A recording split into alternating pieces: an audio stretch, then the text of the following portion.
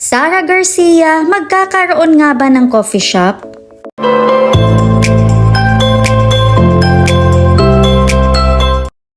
Isang nakakaintrigang hirit ni Sara Garcia ang ibinahagi nito sa kanyang IG story. Kuha ang larawan ni Sara sa isang coffee shop at sa background niya ay ang salitang kaulayaw. Ito ang coffee shop na madalas nating nakikita na pinupuntahan ni na Mami Sara at mga kumares. At sa naturang larawan ay may maliit na caption na inilagay si Mami Sara.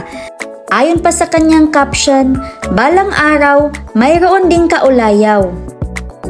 Isa ito siguro sa minamanifest ngayon ni Mamo Sara na magkaroon din siya ng coffee shop katulad ng kaulayaw. At dahil medyo double meaning nga ang caption ay di mapigilan ang malilikot na imahinasyon ng mga fans. Dahil ang salitang kaulayaw ay maraming kahulugan at isa na rito ang makakasama, kaya pwede din ito ang isa sa inaasam ni Mamo Sara. Kaya dalangin ng mga fans na lahat ng mga minimithi ni Mamo Sara ay matupad.